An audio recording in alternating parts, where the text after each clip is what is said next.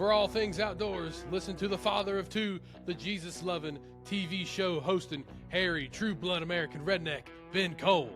And listen to the outdoor filming, chef cooking, chocolate milk drinking, John Weismuller. And we are Rooted Podcast. Have you ever wanted some high-end products out in the woods? Look no further than our friends at R.W. Coolidge. They make duck straps, they make bags, they make gun cases. Whether you want canvas or leather, they got you covered. So for this hunting season, check out R.W. Coolidge for all of your needs.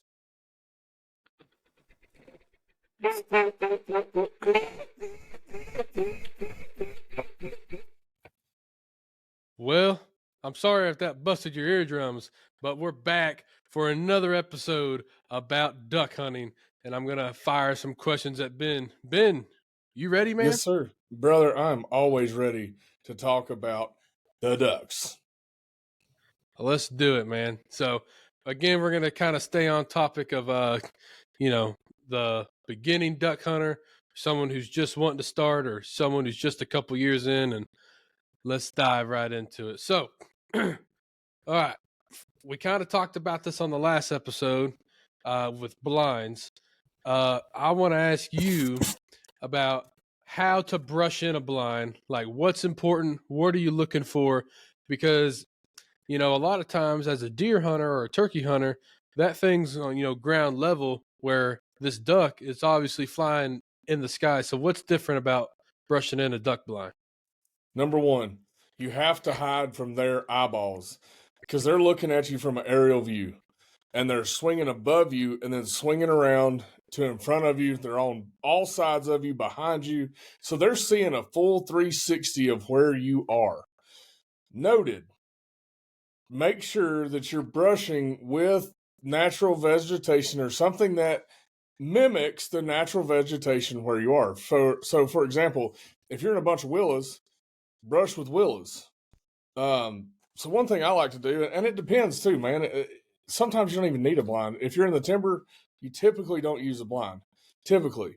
But now sometimes you can. I mean, I'm not saying it's a bad thing. I'm not saying it's against the rules or anything like that. I'm just saying, a lot of times in the timber, you get in there, you stand by a tree, you kill your ducks, you leave. So that's technically your blind. The tree is your blind because you're hugged up to that tree. You're essentially a tree hugger. Is what you are at that point. Moving forward, you have a pit blind. Okay, so a pit blind has two flaps sometimes that come up like this that kind of set and make the blind. So the rest of the blind is under the ground, right? So the water comes right up. The water's like eye level when you are sitting in the blind. So what you want to do is brush this, the A-frame part of it, to match whatever. So if it's a rice field, you want to brush it with rice stubble or something that looks very, very similar to the rice stubble, which is what is right there. I mean, you're trying to blend in with what is right there in your surroundings.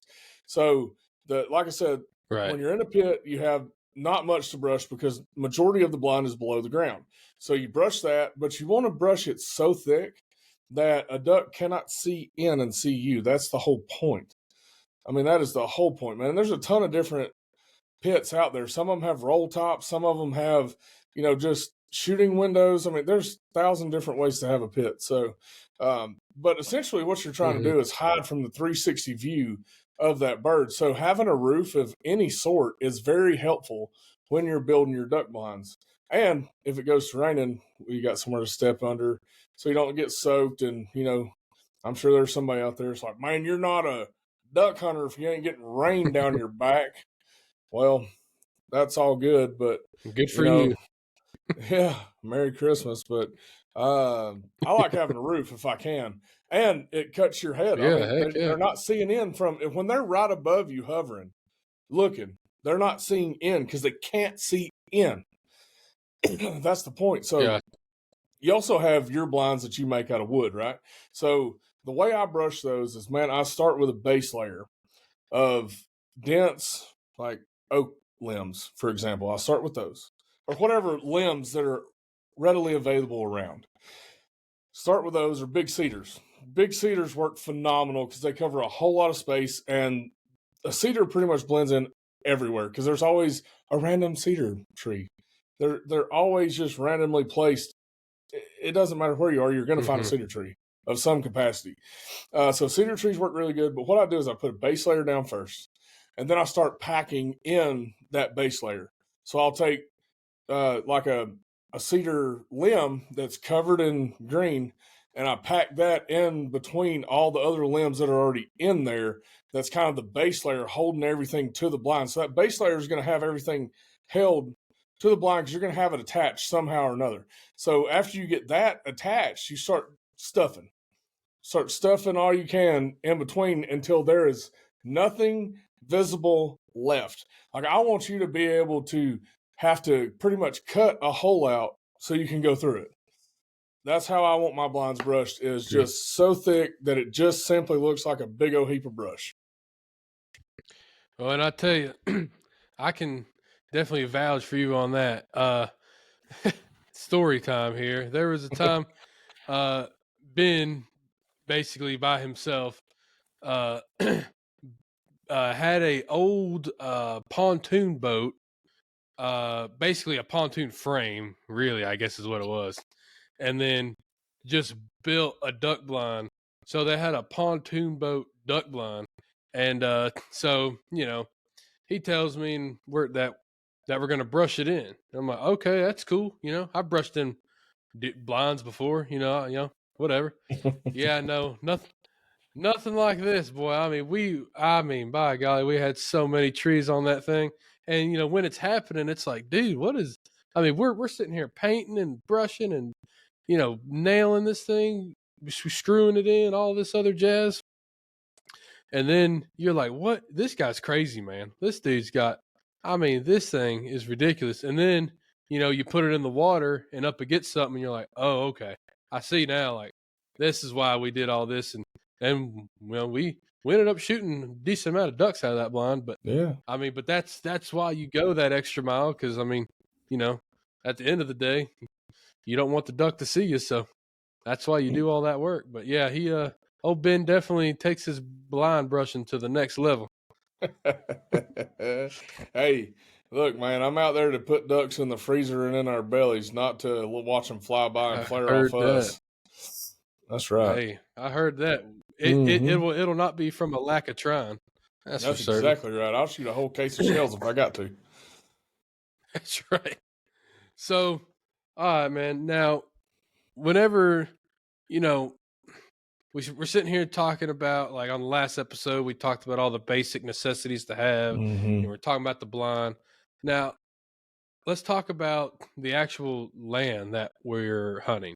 Like, if a dude was to go on, or a woman, whoever, was to go on to some public land or whatever, and be like, I'm trying to find a duck. What the heck is a person looking for other than water? Do you just start with water and go from there? Like, what are you looking for to find ducks? Well, typically more of your water hunting is going to be in our region: Arkansas, Mississippi, Tennessee, Illinois, Missouri, Louisiana.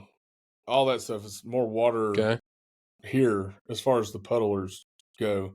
When you get more out west, you're actually hunting a lot of dry fields. I have killed so many mallards sitting in a dry field with just some decoys out, a layout blind. Like a cornfield or wheat or something? Yeah, just a harvested cornfield, that the combine had just finished picking. And, man, it would just be a tornado of mallards right there in that dry field. And the difference is they're not going to do that. I'm not saying they're not. Majority of the time in our region, they're going to hit the water holes first. And then they'll walk out to the, dry ground and eat or whatever. But majority of the time, those birds are going to be sitting in the water where we are, because water is associated with food here. So you have all these rice fields that are flooded, cornfields that have been harvested and flooded, and even bean fields. You can use bean fields. You can use whatever you want. Let's just think about it. You can plant what you want for the ducks, or any kind of agriculture practices that you're already doing, commercial commodities. Okay. So and see, that's another thing. So when you go into the timber, they're eating acorns and moist soil. So there's a lot of different things that are variables depending on where exactly you're hunting. So if I was telling a new person where to go look, I would say go to a WMA that allows you to drive through it. Some of them do not. So make sure you read the signs, make sure you double check everything before you do it, because they will write you a ticket for doing that if you're not allowed to do that without a permit. But what I would do, I would spend a lot of time in my truck with a pair of binoculars or a spotting scope looking. Even if you got to just go to the next road over, if it's elevated enough, heck, you can see everything you need to see from that. And you're not in a WMA, or you're not. I mean, man, I even go knock on landowners' doors. I don't care. All they can do is tell me no, get the heck out of here. You know, I mean, there's no harm in it. You know, you can even offer them some cash. It's like, hey, is this your field over here? All right, cool. Can I lease it for the day tomorrow? You know, or whatever, and then go from there. But the biggest thing is to look for the feeds. And one thing to note on the feeds is a snow goose feed is not always promising. Sometimes they will be there when you're looking at them. They leave overnight and they're 3 fields down, or they're completely in the next county. A snow goose is the most unpredictable bird there is on the face of this earth, because there's so many of them. When they congregate in the fields in thousands, hundreds of thousands, they will mow through a field and completely wipe it out in one afternoon. Man. And then they're gone. Or they may sit there for 2 days or 3 days or whatever, and then they're just gone. So you just never know where those kind of geese are going to end up. I mean, you may be on the X one day and you may do like we did 3 years ago. And I mean, we shot 250 birds one morning. It was outstanding. It was that day you had COVID and couldn't come. Imagine that, huh? Yeah. I was like, dude, you would get sick. I mean, this would be that good of a hunt, and you were sick. I was like, man, what are the odds of that? Yeah. But because the one, snow goose hunt I have been on, we shot like, I don't know, 5 or so birds that day. Yeah. And then, maybe, And then I'm sending you videos, as a group, and it's like, I'm sending you videos from under a tornado of snow crazy. Geese. You're like, dude, you suck. Stop sending me videos. I'm like, man, get out of here with that crap. No, but we, man, I definitely got to go back soon. That's for sure. Yeah. We're going to do it again this February. We may do it several times in February. So we'll get you back out there and do that again. Yeah, let's roll. Man, seriously, though, if you're really looking, don't be embarrassed to go talk to a warden either. They're generally pretty dang nice, and they're going to help you out, especially if you don't know and you make the effort to go and talk to them. It's like, hey, man, look, I don't know what I'm doing. Job. Yeah, and just a lot of them are really nice dudes. I've met so many of our law officers in the state of Tennessee, and, man, they are some outstanding people to talk to. I mean, they're not out to get you. They're out to help you more than anything. It's like, I mean, they're just really easy to work with if you just approach them in the beginning. Instead of having to ask for forgiveness, just go talk to them. It's a lot easier to figure out what you need. And, dude, guess what? They're your best resource because they're on the water every day. Every day. Yeah, they're out there every single day. They know where those ducks are living. They know where those geese are hanging out. They know because they're there every day. And, a lot of them are really kind. And they'll even, some of them, man, I mean, shoot, they may even invite you on a hunt with them. You never know. Just make sure your P's and Q's are crossed. Don't shoot before the shooting line. Yeah, buddy. If you're going to hunt with them, you better. I wouldn't pull the trigger till he did. Yeah, then I'll go after him. That's for certain. That's right, buddy. You do it, buddy. Yeah, exactly. Hit it. You kill that duck. Good job, pal. But seriously though, that is going to be your best resource, and those guys really are a bunch of nice guys. Every bunch has a bad apple in it, but I would say 99% of the game wardens I've dealt with in the state are phenomenal people. They really are. I'm right there with you. I mean, I live in a place with the one of the regional offices is actually here. So I live right next to a WMA. Like, I see those people all the time, and I mean, nothing but great interactions with the actual officers themselves. They're always willing to help and answer questions, whatever you need. So that's definitely a good tip. I mean, just number one, just walk out there and glass, and then just ask the local wildlife agency. Yeah, and now some WMAs will not allow you to drive a vehicle, but you can ride a bicycle or you can hoof it Right. and walk. So what I would do, what I used to do when I was younger, hunting the public land in Alabama that wasn't like the Tennessee River, I would literally get on my little huffy and I would go and ride for hours with my binoculars and I would just look and look. Even in the summer, man, I would go down there on my bicycle, and sometimes during the summer they let you drive through. So I would drive through and figure out, okay, this is the field I want to go and look at first next season. So I'd already kind of have a game plan of what I wanted depending on the water level, because the water level is everything, right? If you can't get your boat all the way back to that because the water's too shallow, well, then you're limited to where you can actually hunt. So it's really good to go ahead and have 5 or 6 spots planned out in your mind of, okay, this is too shallow. I need to go here, here, here, here, here. Or that one's taken, somebody's there, let's back up to here. Whatever. You always have to have a spot C, D, and F when you're duck hunting. So, I mean, you just have to have a lot of extra backup plans, or you're going to end up going to the boat ramp aggravated. It's like, well, I got up at 2:00 in the morning for nothing. Done it before. Well, and how much does something like an Onyx help people now? Maybe you don't have to. Maybe you could do at least a lot of the pre-scouting and stuff. On the phone before actually going there. I mean, nothing beats going there and seeing the ducks, but it may eliminate some unnecessary walking or driving around.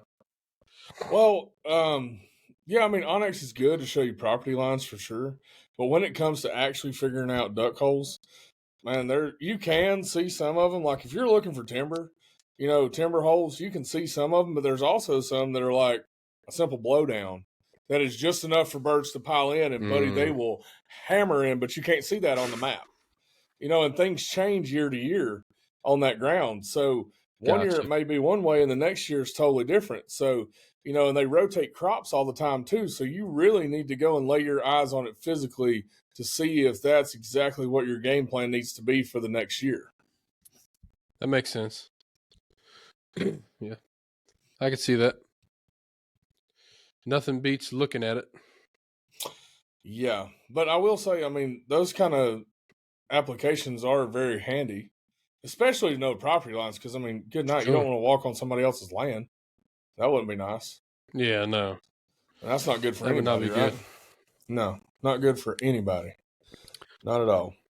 So, we're talking about you definitely grew up in the South, hunting ducks in the South. And, obviously we've been fortunate enough. We've hunted waterfowl, in West, and you've been up to Canada, all that fun jazz. But talking more hunting in the South here, something that I've kind of noticed, and, I know this seems very, kind of like a duh moment. I mean, this seems very obvious, but something I've noticed, I want to ask you about, like the weather happening in states above you, especially if you're hunting, Louisiana and Alabama, Georgia, like the whatever weather or cold fronts happening above you can really affect your hunting. Like, not just, like for deer hunting, if, usually if a cold front comes, up in Kentucky, it's not going to affect my spot here in East Tennessee. Like, the front has to be here for it to affect my deer hunting.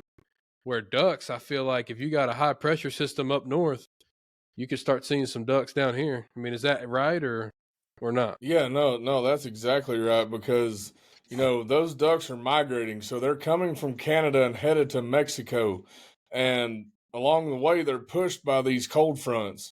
So you'll have some leaving, and it really depends on when the food runs out and how much ice is on the water.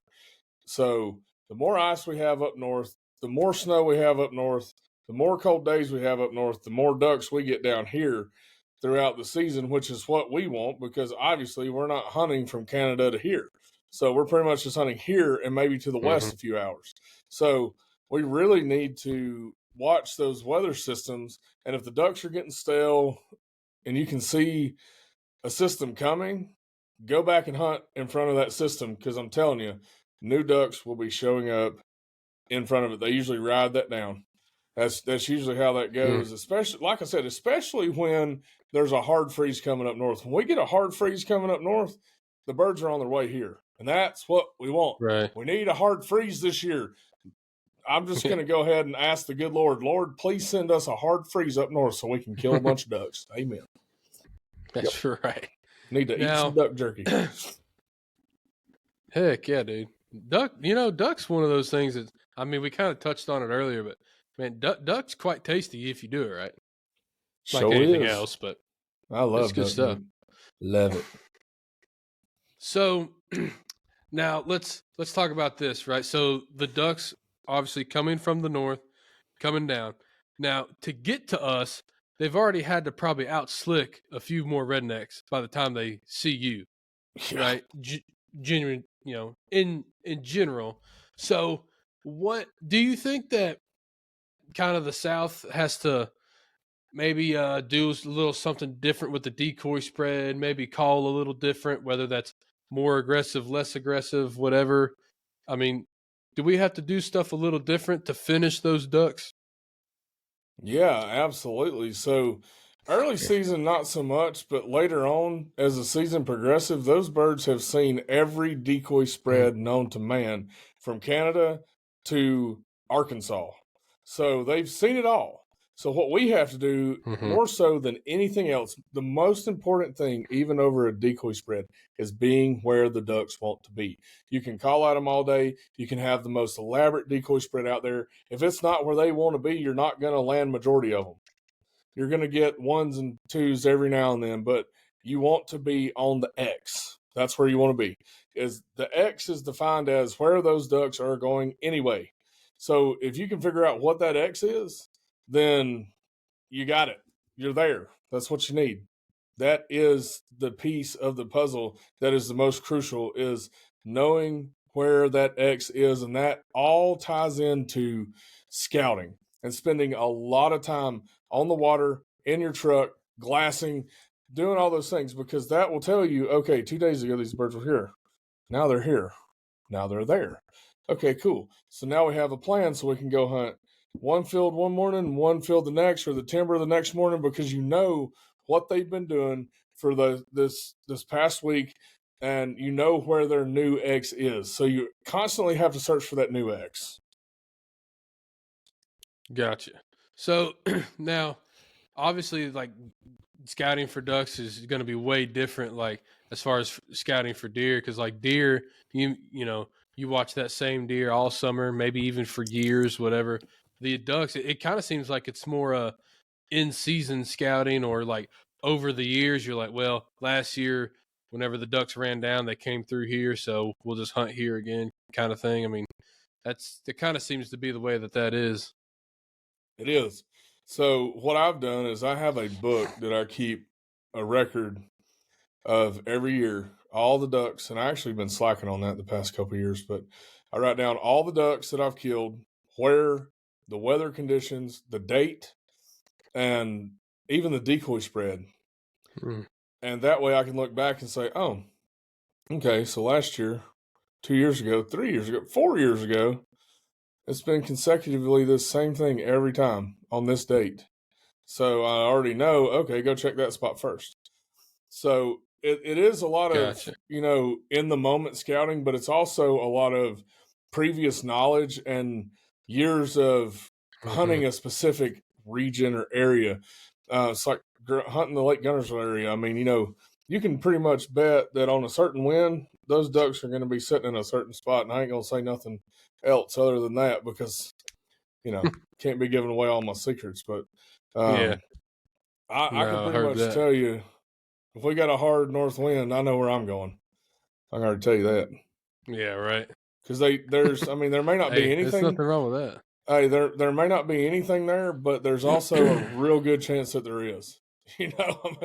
That's just kind of what history's told me over the past 25 years. And then And too, man, I've had a lot of people over the years, they've really shared a lot of knowledge with me. And, this isn't all just me. This is, a collaboration of learning from others and what they're willing to share too, and what they're willing to do. I mean, that's Sure. what I'm appreciative for.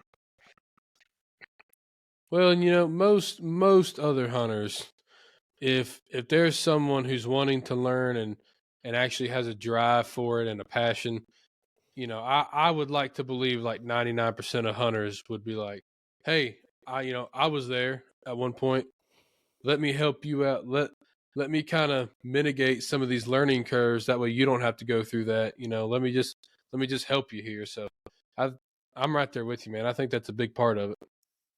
Yeah, I do too, and I wish duck hunting was like that. I mean, I know there's some really good people that like getting, um, other people involved, but then there's the other group of people that are like, well, then they'll know my spots. Then they'll go back to my Yeah, exactly. spots. Well, technically, they're not anybody's spots. They're the TVA. They're public spots. So that means anybody can go there at any time. Doesn't matter. It's not your spot. You don't have the deed Yeah, to it. I mean, anybody can go there. heard that. So I will say there are two different sides to that coin, but just don't be that guy. Be that guy that's willing to help and just get up earlier. And if somebody shows up to your spot, just hunt with them. I mean, you don't have to fight somebody over a Yeah. freaking duck. It's just a duck, man. It's a duck. That's it. At the end of the day, it's just a Yeah, duck. at the end of the day, it's just a duck. Yeah, Yeah, it is. not the end of the world. Not at all. So, there's this thing in duck hunting, okay, that I've noticed as an outsider, kind of looking in, where there are, I guess you would call them mallard purists. That, I mean, all they do is shoot greenheads, and that's it. I mean, so well, I guess what I'm gonna ask is just, is that a common thing in the duck hunting world, or is that just get so oversaid and overdone that like someone like me who's not really in the duck hunting world, just that's like all I ever hear about. So it's like, is that common? I mean, just mallard hunting? Mm, not really. I mean, I'm not a purist by any means. If it flies, buddy, and it's legal to kill, it dies if it comes in the decoy spread. I'm telling you right now, I will eat a Heard shoveler that. just as quick as I will eat any other kind of duck, except for them mergansers. I don't mess with them. But the rest of them I'll eat. As long as it's legal to shoot, I'll eat it. And hey, I ain't got nothing wrong with shooting a mallard either. And I think too, everybody gets so caught up in, well, I'm a mallard purist. That's all I kill. Okay, congratulations. Nobody cares. Why don't you just be proud for the next guy and be like, awesome, man, you shot 11 ducks today. That's great. Good job. I mean, I don't care. If somebody wants to be a mallard purist, go ahead. If somebody wants to be a pintail purist, well, you're going to struggle because they're the hardest birds to kill and you can only kill one. Don't feed very many people with one duck. But, Yeah. if that's the way you want to hunt, do it. I mean, just, Right. I mean, you don't have to push it on me or anybody else. I mean, just do your thing and enjoy it. That's great. Fantastic. But guess what? There's a place beside the potatoes and gravy for all of God's creation, except for mergansers, as far as the duck world goes. Yeah, So, he kind of dropped the ball on that one. well, I don't know if you dropped the ball, but it just ain't what I want to eat. Nasty things. I hear you. And there's plenty of other things to eat. So Yeah, I mean, there why you would go. I want a merganser when I could kill a wood duck or a mallard or a gadwall or heck, even a shoveler would be easier to eat than a dang hooded merganser. Yeah, right. Heard that. Absolutely, man. Sure enough. But So yeah, man, I don't get into the purist thing. I just don't believe in all that. yeah, I'm kind of right there with you. I mean, because before I even really went duck hunting, I'd heard like whenever someone tells you about a duck, like all you ever think about is just a greenhead mallard. Like that's at least that's what I always thought about. That's like all anyone ever talks about. And then once you kind of really get in the world, you're like, oh, dude, there's like 40 something different waterfowl species, and we're like, okay, this is cool. What the? They're like a hooded what? What the heck's a speckled belly? What? And it's like it's pretty neat, honestly.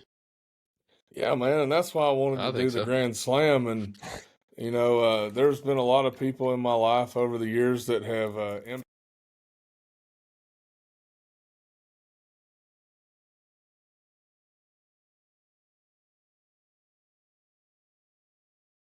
dude, I don't know what just happened.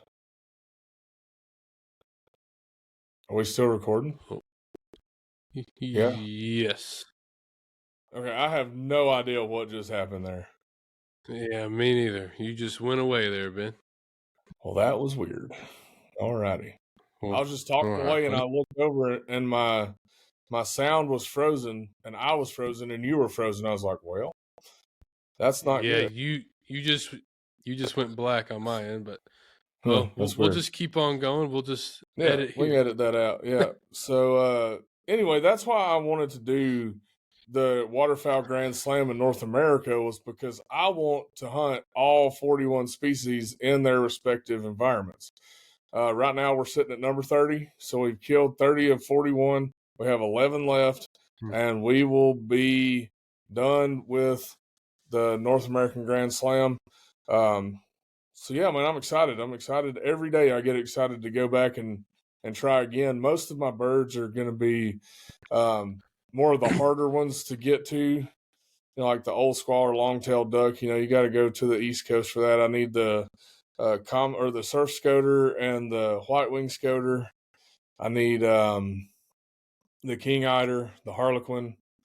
I need the red-breasted merganser, and I need a cinnamon teal, and then the fulvous and the black-bellied whistling tree duck, and a swan, and I will be done. Yeah, I will be done. Well, there you go. Yeah. Well, So if if any of anybody y'all wants to listeners help out Ben, there, hit him yeah, up. yeah, I need to kill these ducks. Hit me up. We'll film it. Record a podcast. We'll have you as a Yeah, guest and talk absolutely. about, especially if you're an outfitter and you Heck want to be yeah. a guest on this podcast, come on. We'll talk about ducks all Yeah, day. let's talk. Yeah, That's it. absolutely. So, I'll chat it up. yeah. All right, man. Couple more questions here that old beginner John has for you. All right. So there's, in the world of deer hunting, you have this thing, if you're lucky enough, that it's called a sanctuary, where it's like known, like, hey, don't go in there. That's where the deer are safe. That's why they stay here. Like, we are not going in there unless we absolutely have to. In the duck hunting world, there's these things called a refuge, which, to my understanding, it's just a place. I don't know the whole idea behind a refuge, other than all I know is every time I drive by one, there's a bunch of ducks in there, and no one's allowed to hunt. So, is that the idea behind a refuge? I mean, is it as simple as that?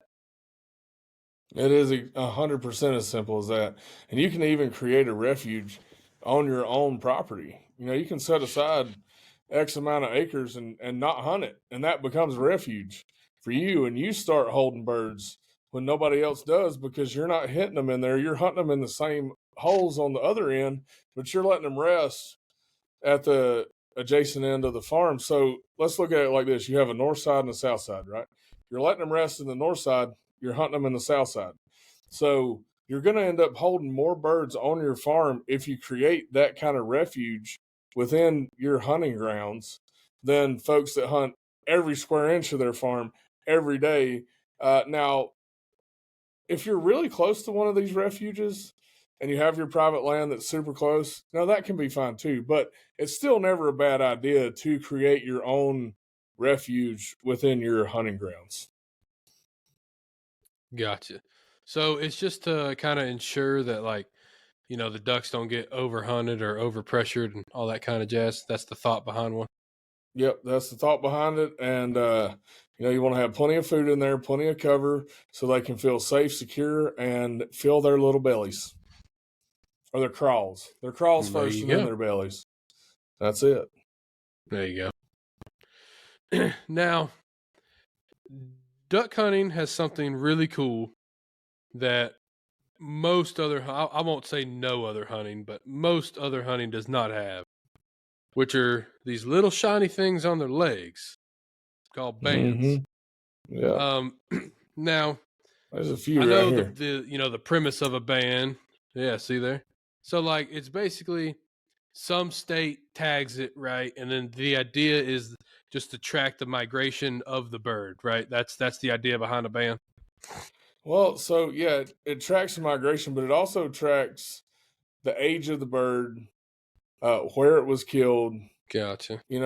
all that kind of stuff. And it's even more than that. It's really using it to study the full migration and how old birds are living. Like we said, the migration and the age. But now there are radio trackers too that they put on their backs. It's like a little backpack, and man, it tracks everything, the whole works. Like they know where Hmm. that duck is pretty much all the time. It's pretty cool to actually see that. So you can see that when the reverse migration happens. So there is a thing called a reverse migration, and that's what's so cool about these radio Okay. collars and the little backpack radios for the ducks or trackers. You can actually see them reverse migrate up or migrate down, and then they reverse and come back up, and then they go back down again. Hmm. It's pretty cool how that happens, Oh wow. and it's all tied into the weather. But see, when you start deep diving into that and looking at all the different ways that ducks move, well, then you can start to get an idea too. See, this goes back to the original question. One of the original questions you asked about how to find places to hunt. Go and look at these birds that have been radio tracked, with their little backpacks or neck collars or whatever. You can see where Hmm. they go. That's where you start. You go and look at that, and it's like, oh, okay. So there's a bunch of birds here, a bunch of birds here, a bunch of birds here. This in particular bird went from here, here, here, here, here. Okay, cool. And then you contact the game wardens in that area and you talk to them. And then you go in and you kill some ducks after you scout it, of course. There you go.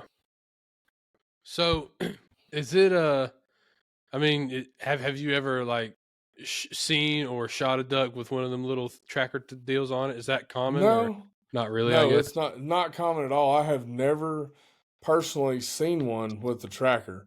I've been on Gotcha. hundreds of hunts where leg bands were killed, but and what you do on that is you call the number that's on the band, and once you call that number, they log it and they tell you how old the bird was, or how old it is, where it was banded, when it was banded, and all that kind of stuff. It's pretty much like the Hmm. life history of the duck. I mean, as far as like medical goes, I mean, I It's pretty guess. cool. Yeah, it's pretty neat, man. I mean, Yeah. I, so I had one of the bands on here is a mallard that I shot in Alabama, and it had been banded in, I want to say somewhere up in Canada, and somehow or another, it ended up on that little bitty swamp Wow. in Alabama. Sure enough, I about fell That's out of my wild. chair when I saw that dog running back, and there was a banded band on that Yeah. leg. I quit right then. I said, "I'm going to the Wow. house. I'm done." That was all I needed for that day. That's it. And I was by myself, dude. The craziest thing is on that particular hunt, I was late. It was daylight. I said, "You know what? I'm still gonna go." I went, threw out just like 5 decoys because I didn't feel like carrying the whole bag down there. Threw out 5 decoys and bang, bang, bang, and I hear and I thought, okay. So I hit it with a little one of these.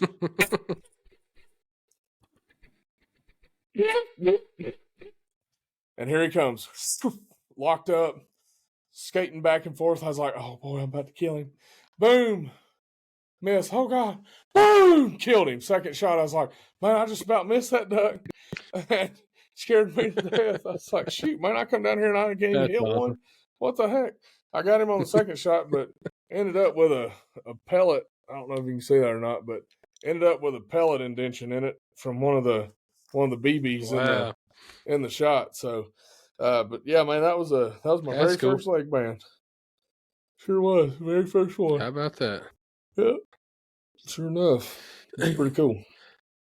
That is cool. Yeah.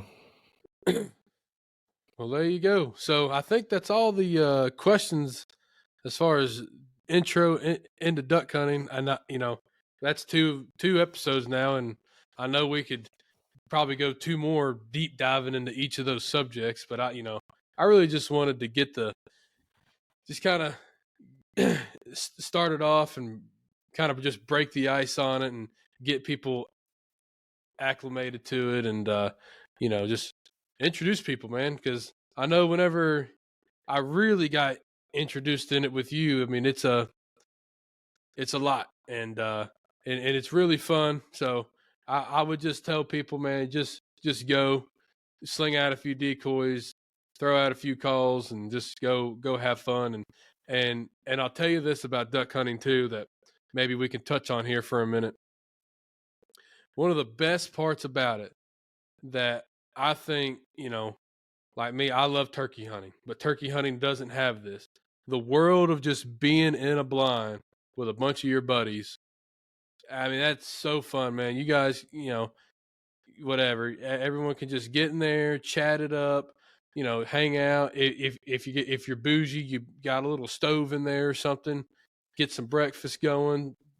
Drink your coffee or your chocolate milk.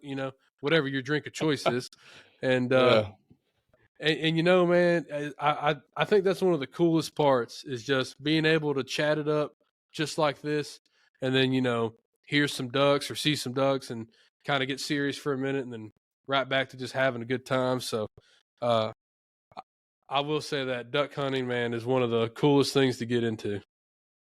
No, man, that's it. You hit the nail on the head with that one. That's one of the best parts of it is being able to hang out with your buddies. It's more about the fellowship of brothers that are Yeah, like-minded, loving Jesus, spending time in God's creation. That, I mean, man, it just makes it all that much better when you can stand there with mm-hmm. Jesus in his creation with the buddies he put in your life. There's nothing greater than that, man. It don't matter if you kill a duck or not. That's at the end of the day, that's what it's about. That's right.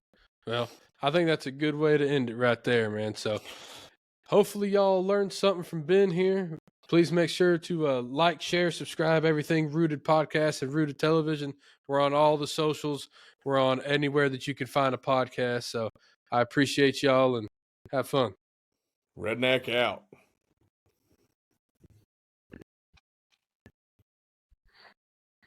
That was a good one. For all things Rooted Podcast and Rooted Television, and I mean hats, shirts, hoodies, and other merch, check out our friends at CH Lone Star Pro and the link that is in our description.